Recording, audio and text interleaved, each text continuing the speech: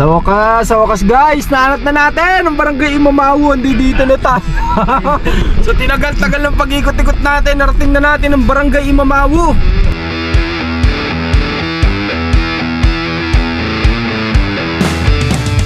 Right guys, so ngayon nandito na tayo sa Taal, Batangas. Pero hindi pa nagre-reply yung ano natin, yung pinakang contact natin. Pero itatry na natin hanapin ito.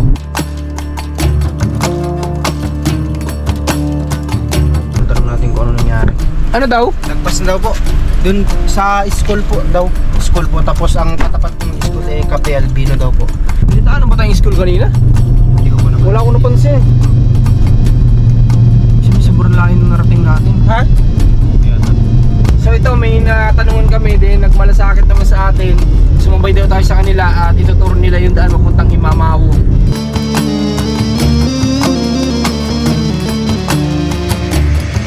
Guys, good day sa lahat. Ngayong araw po ay ang Team Marcos ay pupunta ngayon ng Taal, Batangas. Medyo malayo-layo na yung nararating natin. Dati nasa Candelaria lang tayo, nasa Rosario, nasa San Juan.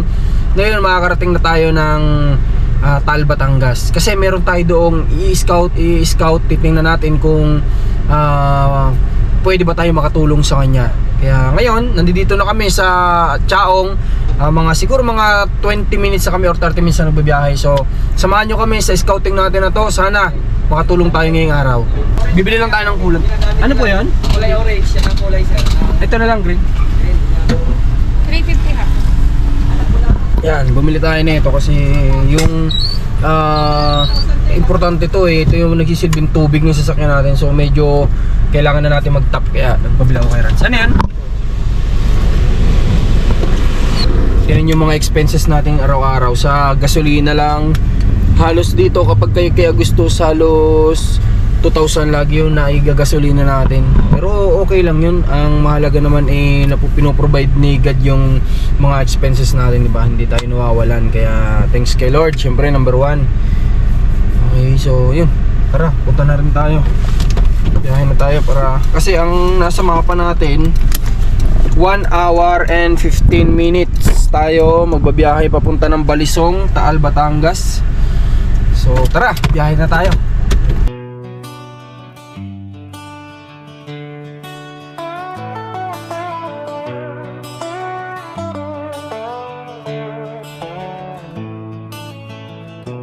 Di ko ang nagsilbing daan, pinto sa hatirang pangmadala, dito nyo na sinimulan. Tara, mag-tap muna tayo na ito. Malaking aso. Ilagay muna tayo nito para safe yung travel natin.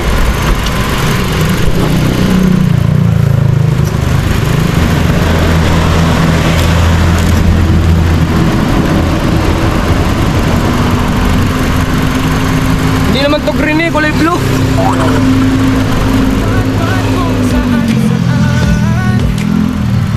Umakyat bundok pababa, kahit daan ay malala.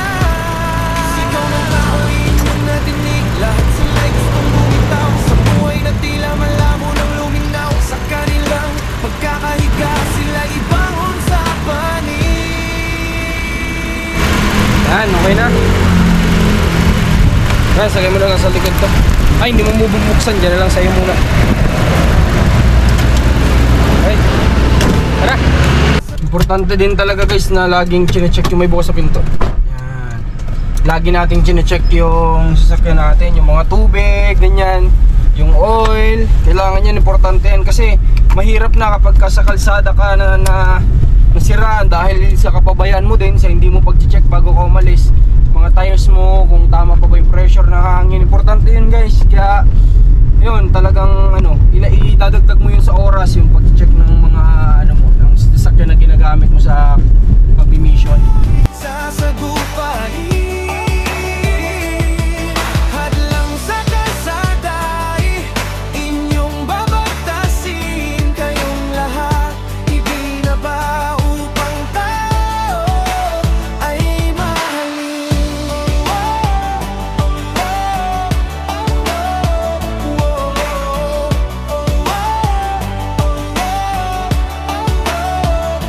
Pag-ulit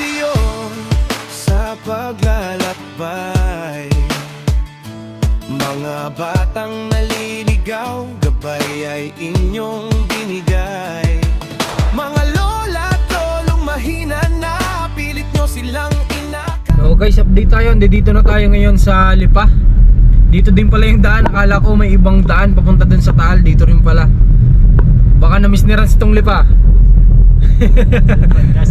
Ha? Ito yung dinadaanan namin ng mga panahon na nagtatrabaho kami dito ni Rans, na talagang ultimo minsan pamasahe, wala pa. Walang tuhod na bibigay tayong lahat sabay-sabay. Lumipas ang mga taon na kayo'y nakapagdesisyon. Lisanin ng bayang sinimulan, nagsimulang maglakbay, libutin ng buong Luzon. Napadpad sa isang bayan kung tawagin ay Quezon. Walang bahang hindi tatawirin, kahit bagyo sasagupain.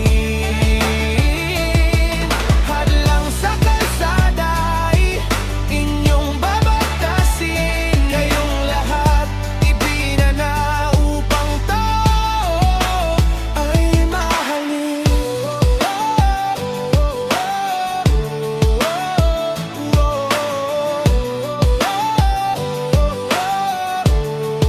Di ba, Rans?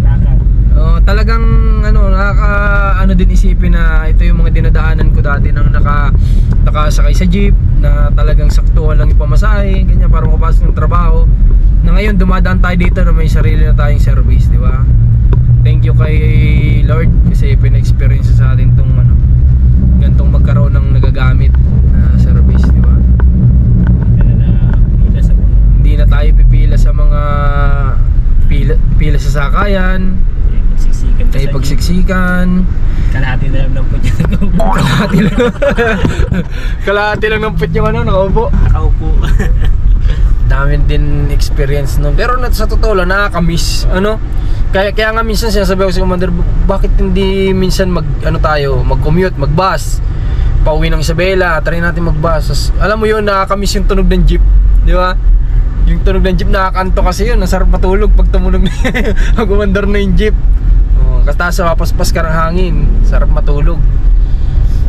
Tumibay yung mga tuhod ko sa jeep. Sa jeep. Pag nakaupo ng kalahati rin nakaupo ay patigasan talaga. Kailangan mo talaga tigasan yung tuhod mo dun. Tigasan yung tuhod mo. Kasi malalaglag ka nun di ba? Kapag yung konting-konti lang ng puwet mo yung nakaupo, talagang kailangan tibayan mo yung kapit mo, tapos tibayan mo yung yung tuhod mo. Sa biglang kurbada ay pag nakakurbada ay tagang matigas ang tuhod mo ganito.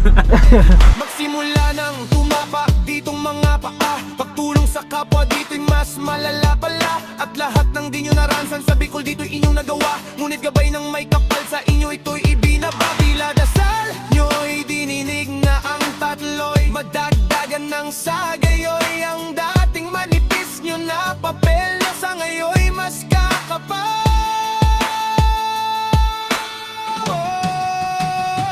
Walang bahang hindi tatawirin, kahit bagyo sasagupain. Hadlang sa kalsada ay inyong babatasin. Kayong lahat ibinaba upang tao ay mahalin.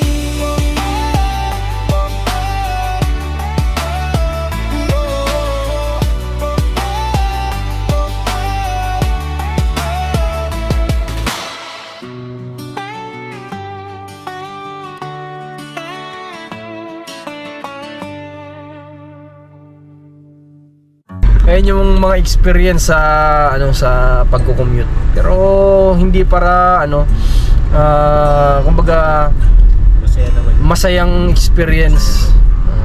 Lalo na kapag biglang tutunog yung cellphone mo na napakalakas. Kasi yung cellphone mo nun CDR King. Kasi hindi mo na madukot gawa ng nasa bulsa mo, Hindi siksikan mo ng tao. madukot, siksikan tapos sa kamaong ka pa.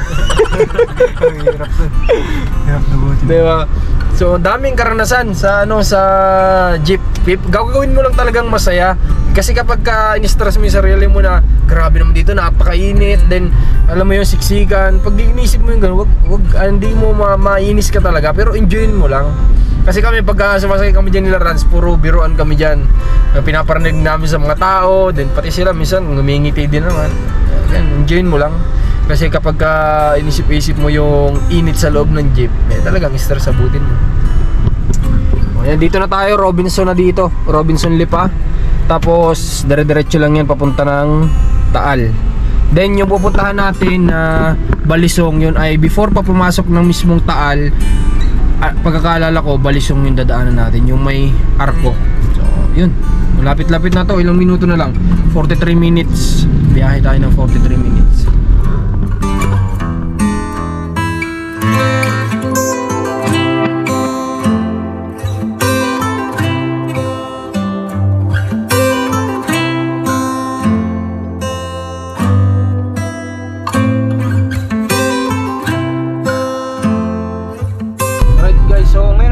Tayo sa Taal, Batangas, pero ang sinearch ko kasi sa Google Map natin ay mismong Balisong.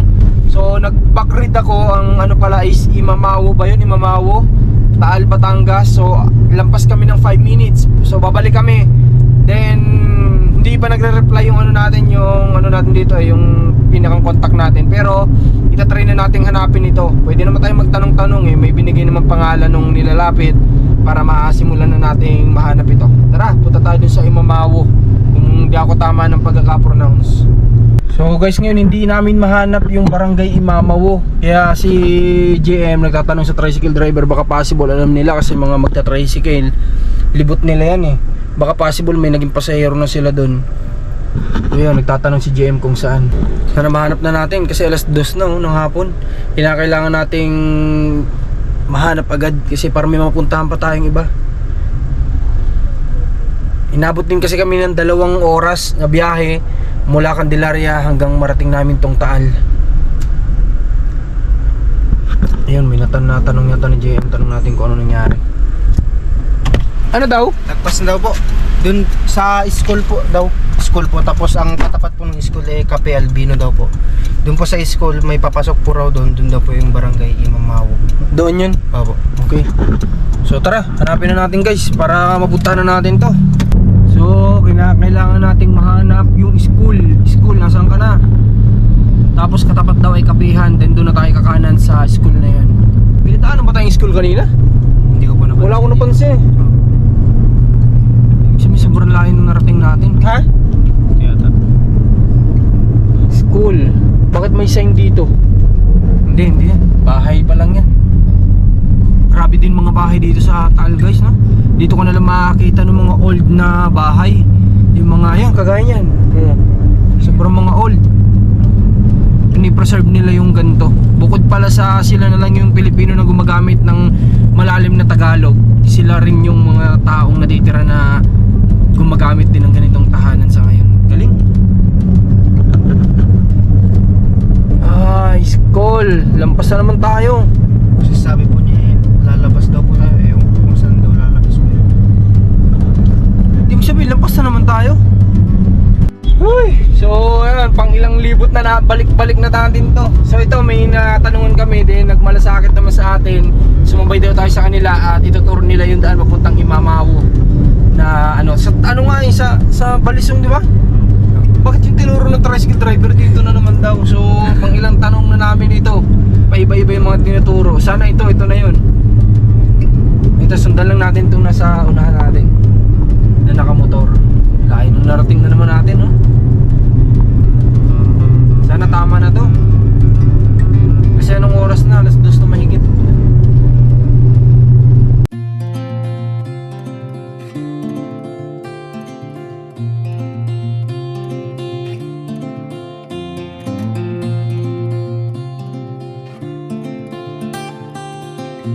Sa wakas guys, nahanap na natin ang barangay Imamawo. Dito na tayo.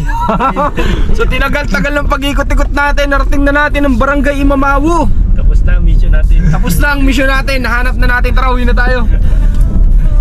Oh, ito, ang tanong-tanong dito ito subdivision niya, malabo tayo dyan, dito lang tayo. Grabe, medyo sulok na to ah. Make a U-turn, then turn left. Creepy na to. In 300 meters, turn right onto Palico. Ay, tama ka na, mali-mali naman tinuturo mo. Hoy, Make a grabe. U-turn. Parang dito yung mga ano ah. Ginabigay. Ha? Yung kapag ginabi ka eh, may biglang naglalakad na nakaputi dito ah. Pinakatayo sa gitna kaputi. Parang dito na yun ah. Eh, una-unahan pa po kami. Diretso pa. Diretso lang. Yung mga bahay naman dito is dito lang sa side na to. Madali nyo siyang maano. Pag akyat nyo dyan, may kubo. Madaling magtanong. Okay po, sige po, thank you po. Okay, so may nararamdaman ako na kilala na nila si Nanay Bertano. Kasi sinasabi nila na dire-diretso lang daw tayo, tapos magtanong tayo sa may kubo. So baka kubo yung bahay nila, ano? Kasi sabi kubo ay kubo, paras din ang binanggit ni Nanay dun sa una namin na pagtanong, ang kubo daw. So baka possible. Medyo ano lang dito, sulok na talaga. Kubo, hanap tayong kubo. Ito, may kubo dito. Oh, yan. Hanap tayo. Pag-akyat. Tapos dito. Ito, may matatanong tayo dito. Ito. Nay, kilala niyo po si Nanay Bertal Moneda? Opo. Saan po? Saan po? Pagliko po. Sakay po kayo, Nay. Masaya mo si Nanay. Para masamahan tayo. Makakasama ka dyan. Hoy! Putris, palis na ako. Ay, nakakasama ka doon sa vlog. Sama ka sa amin, Nay, para may turo mo sa amin si Nanay Berta. Nakalis na nga ako eh. Oh, tara. Naligaw-ligaw kami na eh. Layo naman ho ng aming lugar. Oo nga po, naligaw kami. Kasi paiba-iba yung tinuturo yung tao. Buti na lang may nakamotor na nagsama sa amin na tinuro dito. Dito na, diretso lang. Oh, hindi, malapit na po. Malapit na. Ano pong bago lumiko? Bago lumigo. Ano po sa may bahay na red, yung bubong. Okay. Parang tayo yata tutulungan nung pinuntahan natin dito. Dito na lang, pwede siguro dito. Tara. Abang na tayo, dito na tayo sa location. Tingnan natin. Okay, so back up na kami. Pack up pala, pack up. Back up. Pack up na kami. Pack up na tayo. Tapos na kami mag-vlog. Grabe tong kwento ko, kaiba no? Maganda po. Panibagong aabangan to, boy. Grabe yung kwento niya. Alright guys, so ngayon nandito na kami ngayon sa part pa ba to ng Lipa? Oo. Lipa pa to no? Nandito na kami sa Lipa pero nakakaramdam na kami ng gutom guys. Kaya naghanap kami ng lomihan dito. Kakain muna kami. 20 po.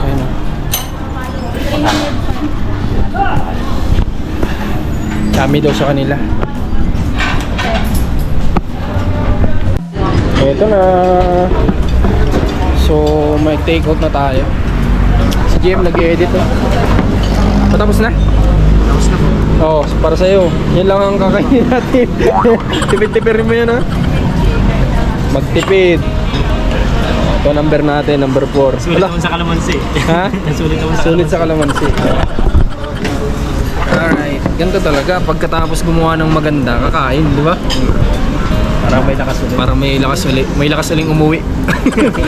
Dapat pupunta kami ng Batangas City ngayon, pero wala na, kapos na sa oras. Ngayon nga, alas 5 na oh. Alas 5 na ng hapon. So malayo pa to sa Batangas City, kaya alanganin na kami. Okay, ito pandurudog to. Kain muna tayo ng pandugtong. Okay, so tapos na kaming kumain. Woo! Salamat, nagkalaman din ng tiyan. Anong marirate nyo sa pagkain? 10 po. 10? Ikaw, Rans? 9 over 10 sa akin din siguro mga ano ako. Basta busog. Ayun na, wala nang rate. Basta busog. Hindi, para sa akin mga ano, mga 9 din siguro. 9 over 10 sa akin. Oh, kasi may mga natikman pa din ako na mas ano masarap. Mas masarap na ano, kaya hindi ko masasabing 10.